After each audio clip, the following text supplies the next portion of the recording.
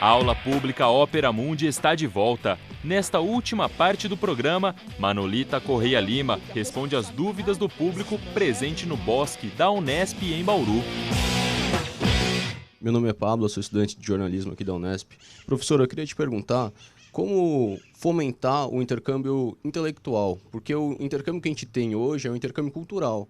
Os alunos vão, estudam, abatem umas matérias da sua grade curricular, voltam para as suas universidades e esse conhecimento adquirido morre nele mesmo. Ele não tem nenhuma necessidade de fazer um relatório, propagar esse conhecimento, ter um espaço para esse intercâmbio dentro da própria universidade. Então, como fomentar isso? A universidade promove esse intercâmbio, só que os alunos viajam, vão para outros lugares, voltam e isso não se propaga para nenhum lugar. Existe um intercâmbio entre a universidade, mas que fica apenas o interesse do aluno e não o interesse do coletivo. Como fazer isso? Você tem toda a razão. E são vários, até mesmo aqueles programas que são financiados pelo governo, a gente tem essa mesma sensação de que o favorecido, né, termina se apropriando de um conhecimento que não é compartilhado. Ele não é compartilhado entre os pares e ele não é compartilhado com a sociedade que, de alguma forma, financiou aquela experiência. É claro que talvez uma das formas que isso pudesse ocorrer é no exercício profissional. E é uma questão que se coloca, como é que a gente pode compartilhar? Desenvolvendo pesquisas colaborativas, dialogando em sala de aula com os pares de uma maneira bem orquestrada, discutindo isso nos estágios que ele realiza como docente em formação, repercutindo isso na prática profissional quando ele já estiver exercendo a docência. De alguma forma, esses programas precisam ter um arco muito maior, ou seja, ter o antes, a preparação da viagem, o durante, a experiência, e o depois, o acolhimento desse estudante no país de origem. E, de um modo geral, a gente observa que há uma grande preocupação em entender o durante. Não há muito a preparação do estudante para a experiência e não há tão pouco o acolhimento desse estudante na volta. E alguns estudantes já colocam essa questão. Poxa, eu me empenhei, eu me dediquei, eu aprendi muita coisa, mas o que eu faço com isso? Ou seja, esse incômodo que você está sentindo não é só você como espectador, é o próprio favorecido que já coloca essa questão. As universidades precisam ser criativas e aproveitar esse capital que chega, né? São estudantes que desejam, de alguma maneira, dividir essa experiência com os outros. A gente observa isso muito nas redes sociais. As redes sociais estão cheias de depoimentos de experiências que foram vivenciadas, mas é de uma forma espontânea, né? Infelizmente. Meu nome é Daniela, eu sou estudante de jornalismo aqui na Unesp.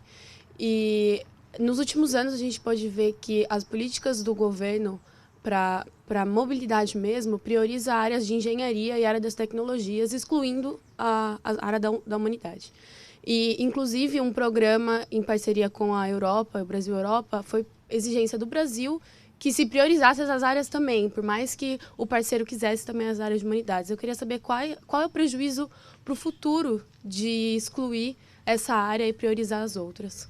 Olha, eu venho da área de humanidades, portanto, é claro que eu compartilho um pouco com o seu incômodo, mas, por outro lado, eu entendo a decisão que foi tomada. Veja, os recursos são limitados, né? A pasta da educação no Brasil tem aumentado o investimento governo a governo, mas nós temos um déficit histórico no Brasil em todos os níveis, né? Absolutamente em todos os níveis.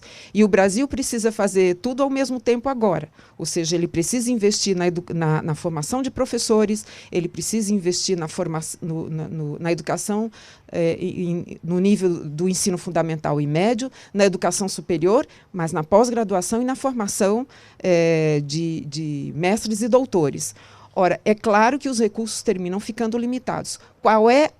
Quais são as áreas de maior carência no Brasil?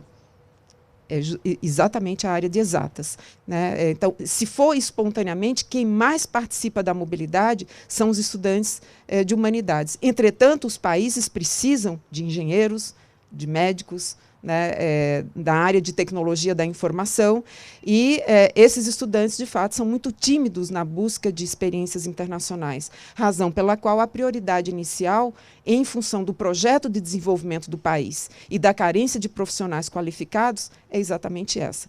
Por mais incômodo que seja para a área de humanas, né, é uma questão de prioridade em função desse aspecto. Meu nome é Larissa, eu faço relações públicas aqui. Já tive uma experiência com intercâmbio para a Argentina. É mais uma reflexão, não é tanto uma pergunta, porque às vezes eu fico com um certo receio de somente ficar nas estatísticas e essa parte qualitativa mesmo de acolher, né, de abraçar esses novos, essas pessoas que estão vindo, ficar esquecido. Então, eu queria meio que a gente conversasse assim, sobre isso, sobre como tratar isso mesmo, ser um projeto institucional, como trabalhar essas coisas nesse antes, durante e depois. Experiências de mobilidade. Eu poderia te dizer que eu tenho tido muito cuidado de não observar apenas o lado positivo dessa mobilidade, né? E o lado positivo é inegável. Qualquer pessoa que viaje, ela tem predisposição a aprender, né? Entretanto, pessoal, quando a gente fala de mobilidade sul-norte, ou hemisfério norte-sul, e que, às vezes, a mobilidade é confundida com trabalho precário, nem sempre ela é romântica, nem sempre ela é pacífica, nem sempre ela é bem acolhida, né? Então, tem um número bastante significativo de autores que trabalham essa mobilidade muito calcada na rejeição do outro, na dificuldade de inserção, na dificuldade de acolhimento, na dificuldade de convivência. E os preconceitos, de uma forma ou de outra, se manifestam, primeiro, pela diferença de cultura, né? Enquanto as instituições acharem que essa integração será feita naturalmente, né? Em relações humanas nada é natural, pessoal. As construções são efetivamente necessárias e a influência das instituições passa a ser muito grande. Como é que se recepciona o estudante? Como é que essa integração ocorre na universidade? Como é que os estudantes são integrados na sociedade? Como é que essa sociedade colabora para o acolhimento desses estudantes? Isso é necessário. Nas nossas instituições também. Se a gente, convido todos vocês a, de alguma forma, conhecerem o projeto da UNILA e da Unilab. Em Foz do Iguaçu ou em Redenção, as coisas também não são tão pacíficas quanto a gente gostaria, né? Ou seja, é isso que eu disse anteriormente. Nós temos a universidade que uma sociedade suporta, né? Ou seja, o Brasil ainda não é uma democracia racial, né? Claro que a juventude que chega, e eu acho que cada geração que vem, a gente está conseguindo ser um país melhor, em todos os sentidos, até no sentido mais de cultivar uma democracia mais sólida, que as nossas instituições, de fato, saiam da retórica e entrem numa ação muito mais democrática. Mas ainda não somos. Então, a sociedade olha com desconfiança para o estudante e olha com desconfiança principalmente para o estudante internacional. Por quê? Porque ele traz uma cultura diferente, ele traz hábitos diferentes, ele traz uma visão de mundo diferente e, no primeiro momento, você tende a rejeitar, né? Então, eu acredito que essa mobilidade nos ajuda, mas nós estamos num momento de transição em que a posição de vocês e a ação de vocês, enquanto jovens, enquanto estudantes universitários, é fundamental. Quanto mais vocês pressionarem as instituições universitárias para que elas façam essa integração com a sociedade e essa integração entre os estudantes, mais a gente vai ter uma mobilidade sadia no sentido de uma convivência enriquecedora